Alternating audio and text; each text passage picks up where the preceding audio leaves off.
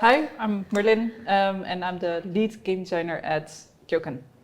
I can call myself that now, apparently. I got the title when we were shooting the other bit. I was like, okay. Hi, I'm Leander. I'm the technical game design intern at the moment at KeokeN. I'm Sophia, and I am another technical game designer intern at KeokeN. So a game designer, I think that's someone who thinks of the rules of a game and how it's going to work, how it's going to play, how it's going to feel, as opposed to how something is going to look or work. Exactly. Yeah. Do you guys agree? Yeah. To make it a conversation. Yeah, it's always like people never know when you tell them, yeah, I'm a game designer, and like, oh, so you make drawings for a game? Yeah. Not really. Yeah. Also, you program the game. Yeah, every time. Yeah, they don't know about the missing piece. Yeah. So I always say about the rules and the mechanics and what the player feels. So I agree. Yeah, true. Also, kind of how the game overall plays out, sort of. What you do in each level is also kind of discussed. I mean, we have the level designers as well that take care more in detail, but... Yeah, I think that's really where level design and game design kind of mix up. Yeah, also just figuring out the rules. How high does somebody jump, or how fast can the character run, like all those sort of things. We were just finished with Live Rust Moon, and then we had to figure out what's going to happen with Live Rust Mars.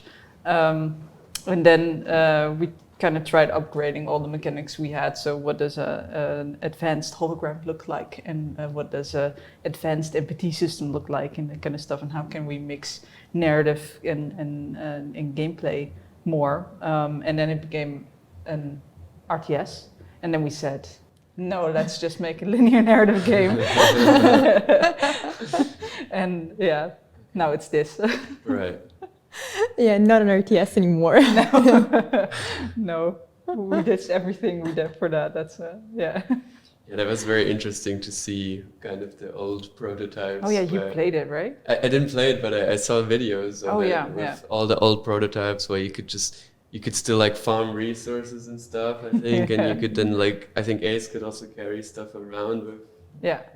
Which is, of course, where Ace carrying advantage came from. Oh, that's where it's from. Yeah, because it was going to carry your resources. You could cut stuff up and then carry it along, and that's where Ace carrying came from. Nice. Then it switched to a puzzle mechanic halfway through. Yeah, because we figured okay, this is not the franchise. It's supposed to be linear. It's supposed to be a linear adventure game, and so we switched it up again to be the puzzle game that it used to be. It's good to experiment, but then we just went back to what it was. Yeah. We had to write a game design document, for all the mechanics that were out there. There needed to be concrete designs. So that was the first few milestones, was just getting stuff on paper and really working it out. I don't think we did a lot in engine until the vertical slice, actually. That's when most stuff got made. And the big ones like climbing and the MPT mechanics were already there in a basic form, and in the vertical slice you really had to make that work as a mechanic. Yeah, I did the game design document. I remember reading it all. You read it all? Yeah, I did. What? That document, how big is it? Over 100 pages. Yeah, I think almost 200 pages. Wow. Yeah. Oh my god. How long did that take you? Well, I mean, I read a lot of documents the first days, so many. Yeah. So I don't know. It was just part of it all. I guess a couple of days. I think that's also a good thing for what a game designer does, is reading and writing a lot of documents. Yeah, I think if you look at the folders, in the Google Drive, I think our folders are some of the ones with more documents and more stuff like that. Yeah, I think only narrative pizzas. Yeah. Probably, yeah. But the entire book that that's was true. written on That's that true. one. Yeah. Which you also read in the same week, right? Yeah, I did. You were lucky that it come a few months later, because then we really moved on to actually making stuff. And CP was at that end documentation phase. Yeah, that's true. I got in right when everything was in the documents. So yeah, but I liked reading them all. Oh, yeah, I think they were interesting. That's good. I think I skimmed through a lot, but I mainly just focus on the parts that were interesting for like the puzzles and that sort of stuff. Just what I needed to know at that moment, and then it was like, because I was already like, oh yeah, when can you give us like the first puzzles? Like I just like in the first or second week or something like that. So it's like figuring out how does the project work, how is everything set up, and then what's the important documentation. I listened to the audiobooks that Rainer made to catch up on the story. Right. I wish I had this.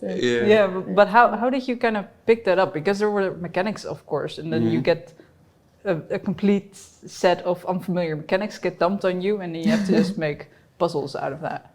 Yeah, at first, I mean, I looked at everything that was kind of there in the project. There was a test map that you also had made, like the puzzle map. Oh yeah, and I played that a lot. So there was a lot of different sort of puzzle scenarios. I think also Sophia, at some point, you had some puzzle ideas that you sent to me. Yeah, that you had like drafted out. Yeah, that document. Yeah. So there was like a document from, I don't know, that was before I came in. You guys probably figured some stuff out, and with that, like I've kind of got an idea of what it's supposed to be. I also played a lot of the Talos principle as the start. That gave me a good idea of what kind of options we're going to have. And I also like just quickly seeing what's in the engine and trying to throw stuff together and then learning that way. And luckily everything was sort of like was set up well enough so that I could just make puzzles kind of from the start and see what works, what doesn't.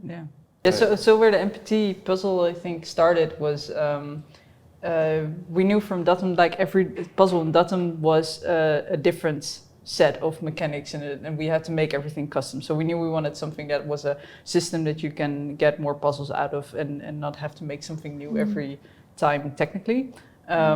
So I was thinking, what can we do? What can we use for that? And the MPT was something that was already in the lore, of course, of Live Rest Moon. So I grabbed that and see how we could make that into something that was puzzleable. That's not a word. And I remember when I started the project, there was just I played through the entire level, or the entire game basically was already playable from start to finish, the horizontal slice. But everywhere where there was supposed to be a puzzle, it just said like puzzle here, and it was an empty room, and I was like, okay, so this door is supposed to open with an MPT. Exactly, There was like one puzzle that I designed to make the mechanics work, and that was kind of it. So that was fun. There was just an empty room, nothing there, and I was just like, okay, I'm gonna have to figure out something for this. But then also I then kind of started by just getting all those rooms and getting them into a separate level that I could just experiment in. And then I just, the mechanics that you had set up, I experimented with those. And eventually landed on the puzzles that we have in the game now. Because I remember that was really cool. Like I designed a set of mechanics, and then I made a puzzle that based on what they could do, and I kind of designed that in tandem with each other. But then you came around and you grabbed the mechanics of what it had become, and then all these new ideas came out of how they could work together and what you could make of that. It's like, oh my god, I didn't know they could do that, all those things. I didn't know you could make puzzles like that. Yeah, that's awesome. Yeah. So in a way, definitely you did a good job at also setting these mechanics up so that there's some interesting synergies and dynamics that can come out of it. It was fun to experiment. It was kind of like, just Legos isn't really the right word, but so like having these different sort of tools and putting them together and seeing, what happens if I put this together with that. So if I take a splitter and I put it here, and then I have a splitter go through you have to have a receiver. No, okay, now I'm messing up. The wording. The wording is a mess of the different puzzle pieces. But I remember one time I was trying one of your puzzles. I was playtesting it, and I remember this super cool thing that you figured out, that you could use one resistor for two beams, and I never thought of that. And I felt exactly. Which is exactly what you're supposed to feel. And I was like, this is good. I love this. Exactly that. Like I never thought about that it could do that stuff, and I was like, oh my god, this is a good puzzle. And when you set up the first sets of puzzles, the first sort of experiments, I mean, was that also the test bed that you designed the mechanics in, actually? Like, yeah, it was. Okay. So but because before that it was just a theoretical concept, and I knew they would be systematic and that we kind of could do stuff with it, but you know, how does that work? I don't know. Right. Had to figure that out. But how did you know that it's going to be systematic? Like, what makes a puzzle or a puzzle mechanic systematic versus not? Like, Yeah, not That's really. a good question. in Deliver Us the Moon we had these button puzzles, like where you just have an analog input basically, like you can cycle through something, red, yellow, blue or something, and it was also always an on-off state. So the moment it becomes systemic and you can do more stuff with it is if it doesn't have, if it's digital basically the input and not the not analog. Yeah. So if you can put the splitter anywhere, you can put the resistor anywhere, and that makes it like the amounts the amount of possibilities are just infinite in that sense. Yeah. And that makes it similar how it works in Portal, I guess also, where Yeah. you can just place the Portal everywhere. And Yeah, exactly. Okay. Like Portal was obviously a huge inspiration towards that. I think end. for every puzzle game, Portal is an inspiration. Yeah. You know? Yeah. Like the biggest compliment when I was testing it was that someone said like, "Oh, this feels kind of Portal." Oh. Like it's like, "Oh my god, I found the holy grail." yeah. That's awesome. Yeah. Actually, funnily enough, the Herschel puzzle is like one of the first ones that I came up with when starting out and understanding how the mechanics work.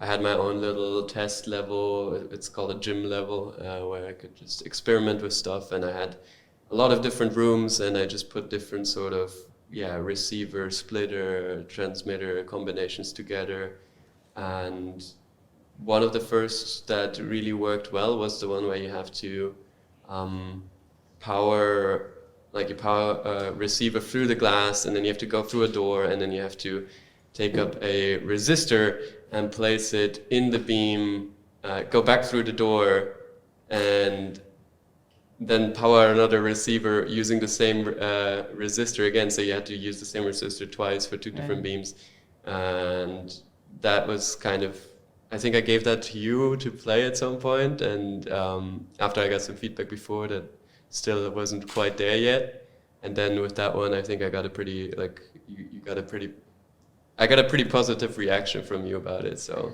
that's why I was like, okay, we're gonna put this one somewhere in the game, and yeah, now it's in Herschel. It's the first one where you actually use the resistor.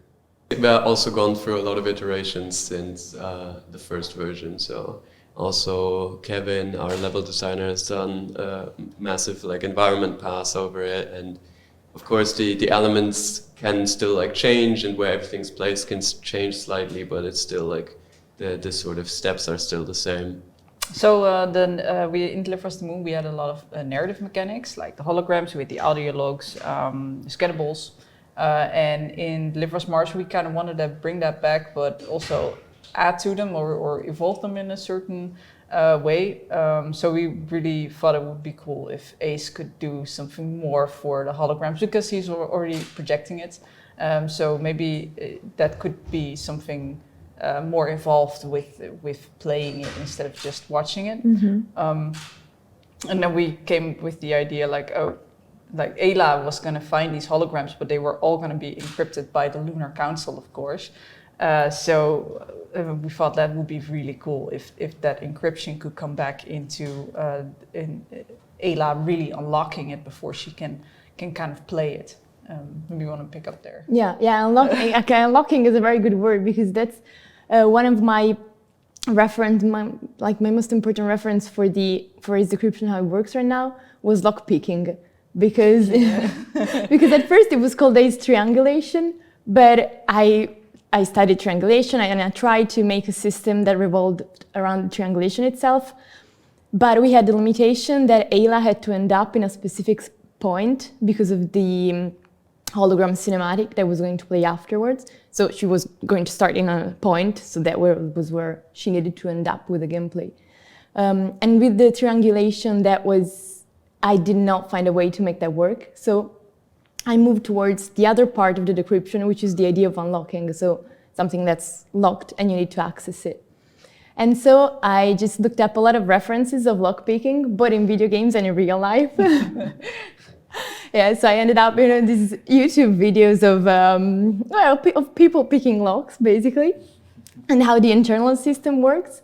And that was the base for how it works right now.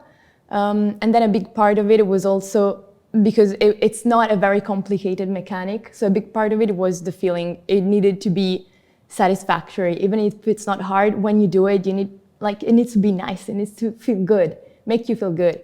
So basically, it was divided into these two parts.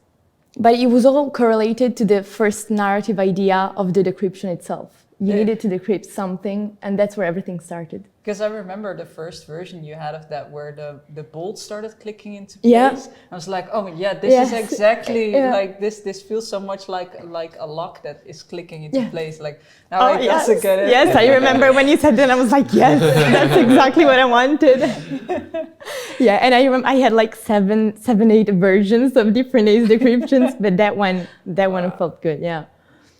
I've never even seen these other versions. Yeah, I don't think you want to see them. The first ones were not good, but that's why we do more of them. Yeah, but one of the things that I really liked was that there were all these limitations put on by narrative and all the other stuff. And that's, I think, when the most challenges, like when you feel more challenged, when you have all these limitations and you need to, you do not have total creative freedom, and I think that's good for the best designs to come out.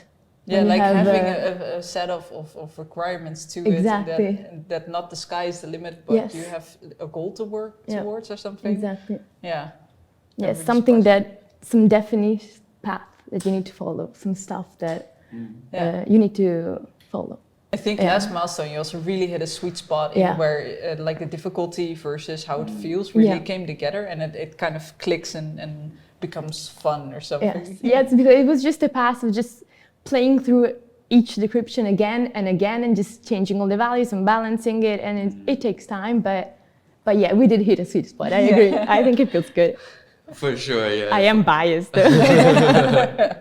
We had the launch, of course, in Deliverance Moon, as like most of stuff we're talking about. It started with Deliverance Moon, and back then Steph designed the launch, and he really made that work because there's so much. You are just pressing buttons, but there's so many things happening subconsciously around that, and there's so much feedback implemented that it actually feels pretty good. So that was kind of the thing we were going for, like do the launch, but then bigger.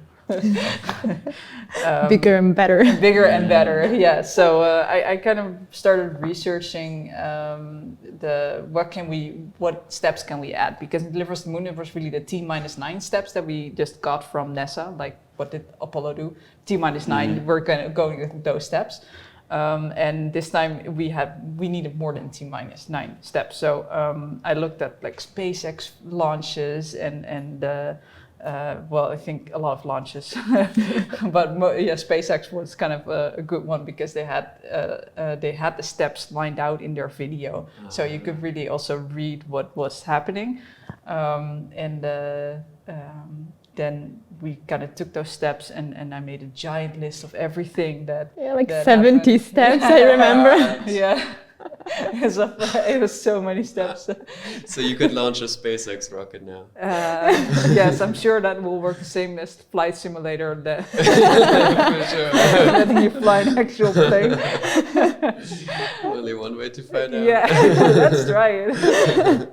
No, but like we had this giant list of launch steps, and then I just filtered out like what would be cool with the feedback we were looking for. So stuff that had smoke coming off it. That one step that's the inner chill. There's a lot of, or the phantom flights. Don't. I don't remember at the top of my head, but it has a lot of white smoke coming off the rocket, and that's of course something really visual that we can implement. So I kind of selected the steps based on that. How cool they are. Yeah, basically how cool they are. And of course we took a little liberty with like cutting out half the steps to make it playable, because we did have like 35 steps at first. Yeah, I remember the dashboard had so many buttons. So many buttons, yeah. And then we kind of found out like, oh, maybe this is a bit too much. A bit too realistic, because they do have like so many buttons on a spaceship. Yeah. At that point, it would really be a simulator. Game. Yeah. It's also like the same thing that Gerben did. He really researched like how long it takes you to actually go to space and what happens when and stuff. So that actually takes a couple of minutes, and I think that's realistic, or he made it a bit shorter, but it's also pretty accurate to real life experience. Yeah, that's really cool. It's awesome that we're doing this sort of very research based approach, and figuring out how things work in real life, or how they're used in space travel and all that, and then putting it into the game to make it as accurate as possible. Yeah. And then Gerben and Daniels are kind of like our Bibles. Like they know the scientific stuff. Right. We don't know, we just ask them. Every time I needed to know something spacey, I go to them and just you're the space guys, tell me. Yeah. Can this work? Is this realistic? Like we did 2 cut downs for the launch. One cut down, the first was the research steps to the actual thing we implemented, but then we still had 35 steps in the game, so that was a bit much. So I asked the people who played the most, which like Victoria and Koen mostly, they really knew which ones they liked and didn't like. And then they gave me like a check mark or a cross for each button step. And if they agreed, that's the steps I kind of Nice, kept. I didn't know you did that. Yeah, that's really cool. That's a clever approach. So if they agreed, then it's like, okay, this apparently works. And then we kept the button groups that were kind of semi-fun at least. Awesome. How many is it now? Ooh, I think about 15, 70, maybe 20. But you also have the steps in between that kind of Claire and Ryan and Sarah do. Like some stuff's just cool, but the button group didn't really fit, so I gave it to Sarah. So you really have that team feeling that some other people are doing stuff as well. But so like the cool white smoke, that's from one of Sarah's steps, I think. The vent of lines. Yeah, the vent of lines. Yeah. But Deliver Us to the Moon, of course, had a very the launch sequence was very well received in Deliver Us to the Moon. So we knew that was one of the pillars, like, okay, we want to go for that astronaut experience, then this has to be in again, only then bigger, much bigger.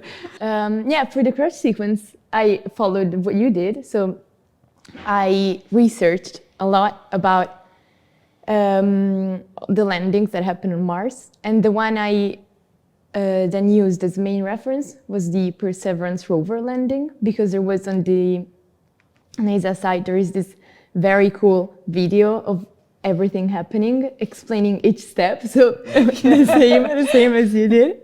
And so what I did was write down every step based on that reference and some other ones too, but mainly that one. Like researching the tech part of the steps and asking Gerben and Daniel, of course. And then some of the steps were not fit to be used in gameplay. They were just stuff that didn't make sense to have a button or a slide or whatever do. So I crossed off those ones, and I kept the coolest ones, yes. But of course, this was going to happen not in the same control situation as the launch. So some of the steps needed to go wrong and needed to happen something that was not supposed to happen. So that was also part of it. That's what it differs mostly from the launch. So also the buttons and the sliders needed to be simpler, because it was a moment of high pressure, so there was no point in putting high difficulty in, of course. So I started with pretty complicated steps to make sure that, the feeling of the step itself came across in the gameplay with the buttons. But then I ended up simplifying all of them, also with your feedback and Gerben's feedback. because it didn't make sense. It was a high pressure situation. You just needed to do something fast, quick, and have a direct feedback of it. So that's how it ended up being as it is now, with not many steps, but each one is a very specific thing, a very important part. Like there's the parachute, which is actually the cool handle, because that was at the first it was just a button, but then I researched and they have both for the escape pods in spaceships, but also mostly for planes. They have this big yellow handle that's for the parachute in everyone, even in the ejection seats. So I wanted to put that in because it was just cool. the big yellow handle, you just need to pull.